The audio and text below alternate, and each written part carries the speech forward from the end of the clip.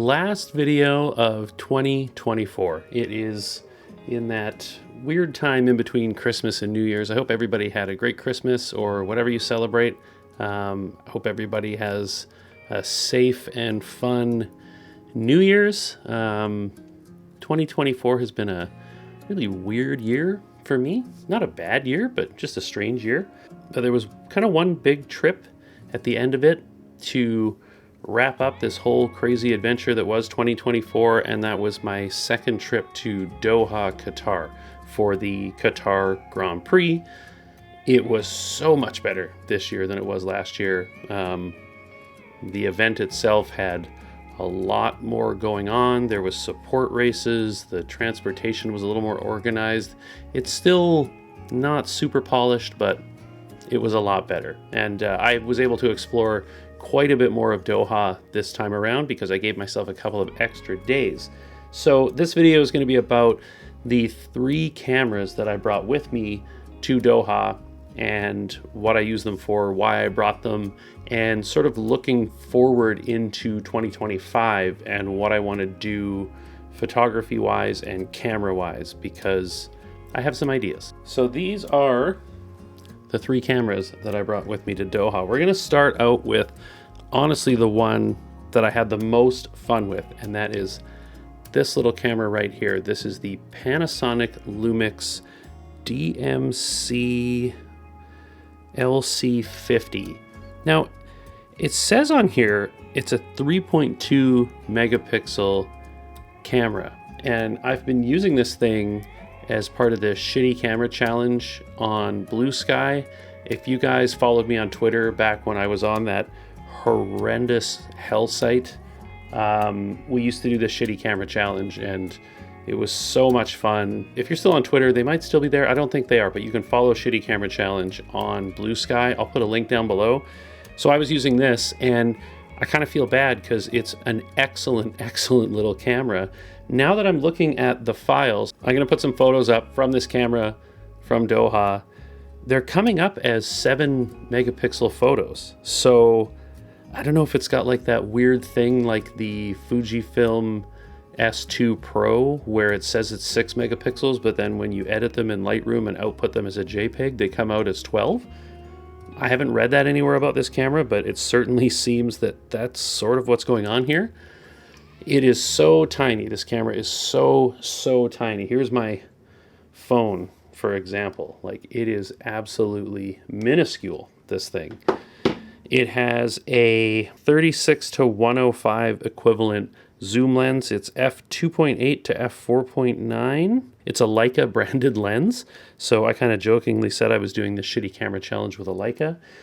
This thing is unbelievable. This thing is unbelievable. I miss point and shoot cameras so much. I love the little optical viewfinder in here and how it's coupled to the lens. So when you zoom with the lens, this tiny little optical viewfinder also zooms. It is so cool. It's a CCD sensor, beautiful colors. It shoots JPEG only, so obviously I wasn't able to do much with the photos. But as you've seen, the ones that I've scrolled through here, they look phenomenal. And this is part of my 2025 mantra, game plan, or whatever, is just to shoot fun cameras and not really care about specs, because if you shoot within the limitations of something, you're going to get great results. There are no bad cameras, really, right? It's all about the person using them and what you're taking a photo of. A nicer camera will do certain things for you, absolutely, but blown away by this little thing. The second camera I used, and I would say I used it the most while I was in Doha, is my Canon M5 with the 22mm f2 pancake lens. I love this camera. I love this camera. I have 2 of them. I'm actually recording on an M5 right now while showing you guys this M5. This 22mm f2 pancake is one of the best lenses I've ever used, period. And that is really something because they're very inexpensive. The build quality on it is, I don't know, it's okay, but It's so sharp, and 22 millimeter is such a versatile focal length. I thought that in Doha I would be using a zoom, maybe even the kit lens, but this 22 focal length equivalent, what's 22 times 1.6? I'll put it down here. Canon APS-C is 1.6 times crop. It just was so unbelievably useful. Yeah, I was able to capture some really candid stuff. I got some photos in the F1 Academy paddock and the F2 paddock actually, but some of them were like really candid shots of drivers, up close with cars, mechanics, crews, and it was all with this little thing, so inconspicuous. It's again, it's quite small, not anywhere near as small as this obviously, but yeah, the Canon M system, it might be dead, but that just means it doesn't get firmware updates anymore. This 24 megapixel APS-C camera has tremendous autofocus. It's dual pixel autofocus. Just everything about this camera I love. Love, love, love. It is weird it doesn't have an electronic shutter though for a camera that came out when this one did.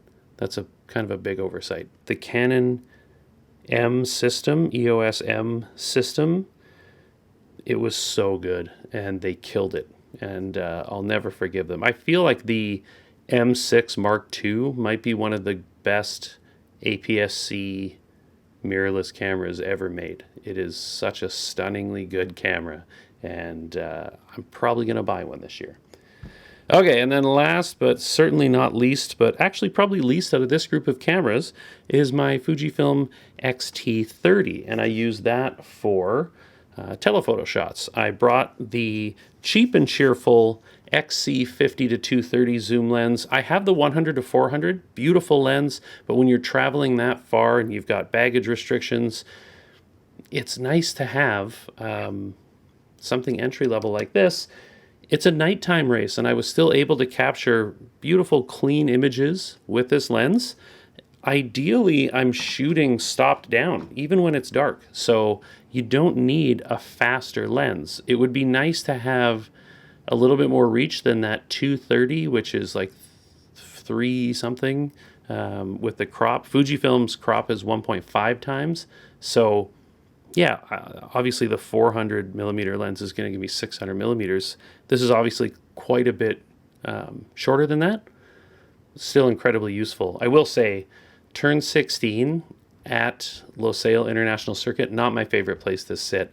There was a couple cool spots where I could sort of snipe photography cutouts through the fence, through the spectator chain link, and then through the photographer cutouts in the fence. If you know where to go on the track, you can sort of pick your spots. Portland's actually great for that, but F1's a different beast. They have it really locked down. I would say that turn 1, the general admission area, and the turn 2, 3 grandstand are better for photography if you're going as a fan to Losail International Circuit. So if you ever find yourself there or wanting to buy tickets to that race, definitely worth looking at those grandstands. But yeah, those are the 3 cameras I brought with me to Doha, and it was such a great trip. I've got some trips planned for 2025. I've got 2 trips planned so far. I'm going back to the Netherlands, but this time for Formula One. I'm going to the Dutch Grand Prix. I think that I'm going to pick up a zoom lens for this Canon M5. And I'm going to leave all of my Fuji gear at home. I really love the Canon M5.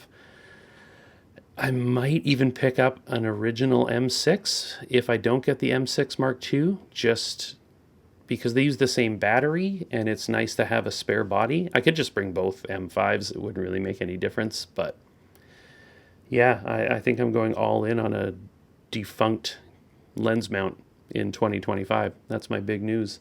And then in October, I'm going to Chicago for the first time since I was a little kid. I think I was 2 years old. I don't remember it at all. But I'm going to run the Chicago International Marathon, which, if any of you follow me on social media, whether it's Threads, Instagram, Blue Sky, you've probably seen me post about running. that's kind of why this channel hasn't been doing a lot this year, because I've been running so much. I have my first half marathon in a month at the end of January, and then I have, 9 months or whatever it is to train for Chicago. To run my first marathon, I'll be 47 years old by the time that rolls around. And that is an insane thing to be doing, but you only live once. And yeah, I feel like my health isn't what it used to be. I feel like I'm definitely getting older faster than I want to. So yeah, running is just sort of reclaiming the years that I lost to being young and behaving badly. So if you want to follow along, I actually did start a running YouTube channel. I'll put a link down below. It's just a couple of videos on it so far. There's some from a few years ago when I first started running, and then I just sort of gave up on it. But yeah, I don't know what that means for this channel going into 2025. Obviously, brands continue to reach out and want to work with me, and that's great. I'll still do those collaborations, but they're probably going to be less. Ideally, one video a month is kind of what I want to aim for next year, but I don't think I hit that this year, and my goal was higher for this year, so we'll see how it goes. But regardless, I hope everyone is healthy and happy, and like I said, I hope you had a great holiday season, no matter what you celebrate, or if you celebrate at all. Hopefully everybody is doing well, staying safe, and I hope you guys have a great new year, and we'll see you in 2025.